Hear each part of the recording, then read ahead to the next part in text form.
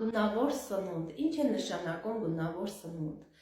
Ըստ գունավոր սննդի մեջ ներառում ենք օգտակար միկրոտարեր, որը ունի իրենց գույները, դրանք են կարմիր, նարնջագույն, սպիտակականանչավուն, կարմրամանուշակագույն, կանաչ, դեղնանարնջագույն սննդատեսակները։ Այս սննդատեսակները ներառելով և օգտագործելով մեր օրգանիզմ բարելավում է մեր օրգան համակարգերը և նյութափոխանակությունը։ Որքան վառ է գունավոր սննդի տեսակները, այնքան ավելի լավ է միկրոտարերը։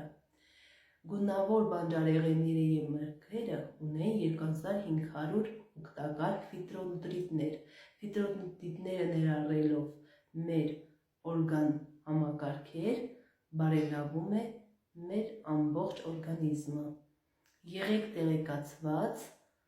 առողջությունը մեր գրավականն է, բաց մի թողեք լսարանին։